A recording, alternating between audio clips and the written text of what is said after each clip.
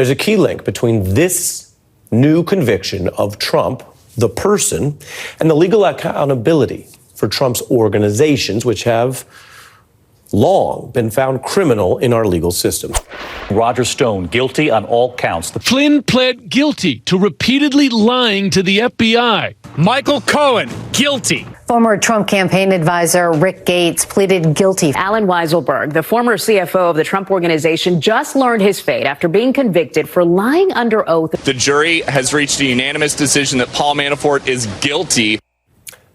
Donald Trump's new conviction for a crime at the intersection of his campaign and business activities comes after all of these convictions of campaign and business aid. So you don't even need to reach January 6th and Trump's pending cases in D.C. and Georgia to see how the now convicted felon was already in charge of what you see on your screen. 2 organizations busted for crimes at the top and by people at the top. And you can see why that's bad. That was MSNBC host Ari Melber breaking down a phenomenon that we've been covering, that it never gets less impactful. The amount of times that we are reminded, it's really not something, as I've been saying to MAGA, it's not something you should be shocked by, the fact that Trump is now a criminal, a convicted felon, because it's been a long time that he's decided to spend his life around criminals.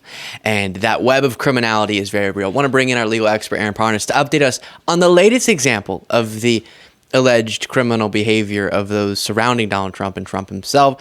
This is relating to former Trump lawyer Kenneth Chesebro. Aaron, what's the news? Well, Luke, it's great to be here with you to talk about another false elector scheme. We now have an indictment filed in Wisconsin, similar to indictments in Arizona and Georgia, regarding a false elector scheme in an effort to submit a separate slate of electors other than those that were duly elected in support of President Biden, and in an effort to overturn the election results in Wisconsin for Donald Trump. Now, if you recall, these false elector schemes, the way they kind of worked were Republicans in these states, or these MAGA Republicans in these states, would solicit or find these other individuals, these pro-Trump electors, to sign on to a slate that could replace the legitimate slate of electors that is sent to Congress, who then certifies their election results. So MAGA Republicans in Arizona, Wisconsin, and Georgia submitted their own false slate of electors, saying that they were duly impaneled and sworn that Donald Trump was the actual victor, when we all know that that is now untrue. So now Kenneth Chesebro, who already pled guilty to a similar scheme in Georgia, is under indictment in Wisconsin for 1 count of felony forgery related to the false elector scheme there. So big news coming out of Wisconsin. And we'll reflect on the past cases, because here's the deal. You'll have MAGA respond to this news going, oh my gosh, another example of they're just targeting them everywhere. But if you're going to commit a crime, don't, first of all. But if you're going to, probably don't do one where you're signing your name to a fraudulent form, asserting yourself to be something you're not. I am the duly elected and lawful elector of the state of Wisconsin, when you know that's not true, and then trying to submit those to official governmental entities that then can keep them for when the police come a-calling or prosecutors come requesting. And also, if you don't want to be prosecuted in a bunch of different states for this criminal behavior, maybe don't put together a fraudulent scheme in numerous states as you're trying to do a nationwide overthrowing an election. That would be my advice to these individuals. So walk us through this fake elector scheme.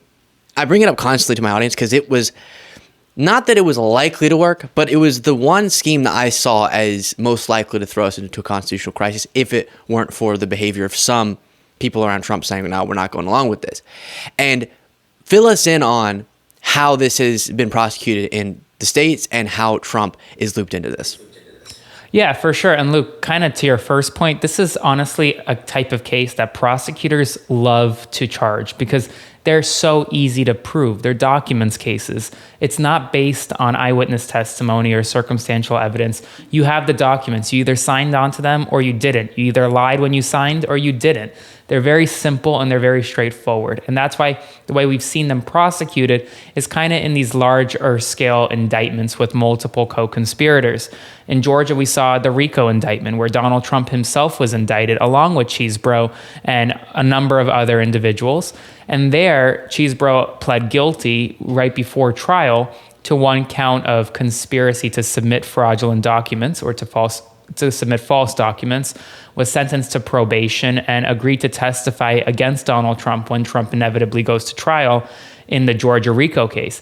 In Arizona, we saw a similar type of indictment handed down against Rudy Giuliani and others, where Donald Trump was an unindicted co-conspirator along with Cheesebro. I believe, according to public reporting, that Cheesebro actually testified in front of the grand jury, or at least spoke with prosecutors in Arizona prior to that indictment being released.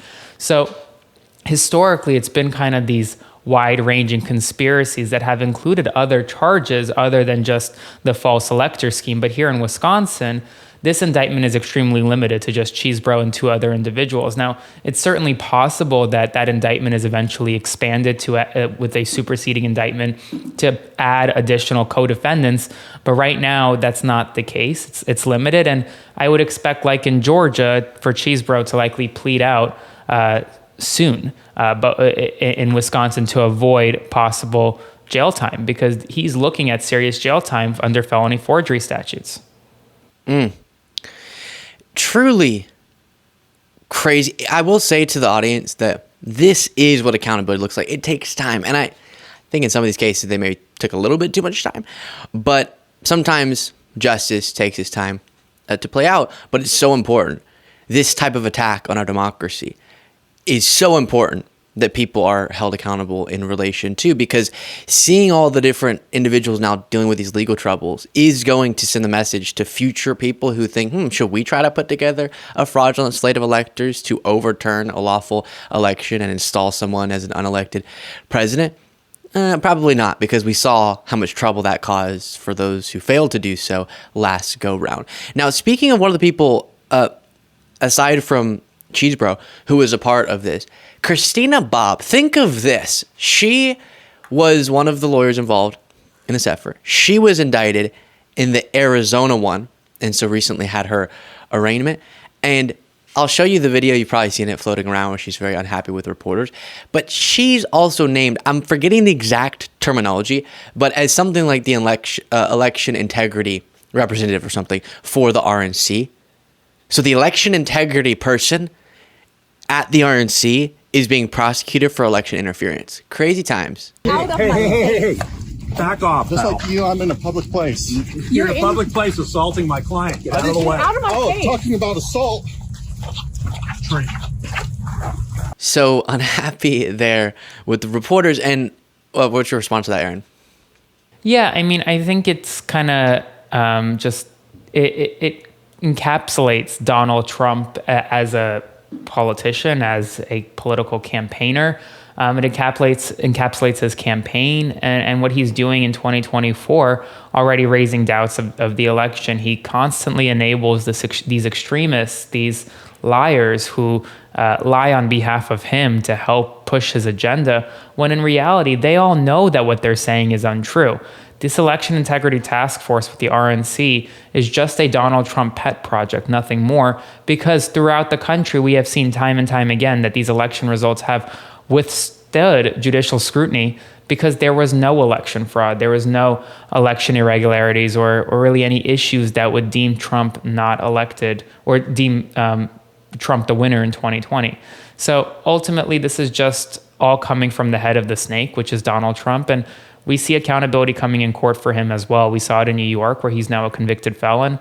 We're going to see it in Georgia. We're going to see it in Florida, and we're likely going to see it in D.C. too. May not happen today or tomorrow, but it'll happen sooner rather than later. And just hopefully we're not waiting for that to happen while he's president again. Aaron, where can people find you? On all my social platforms, just at Aaron Parnas.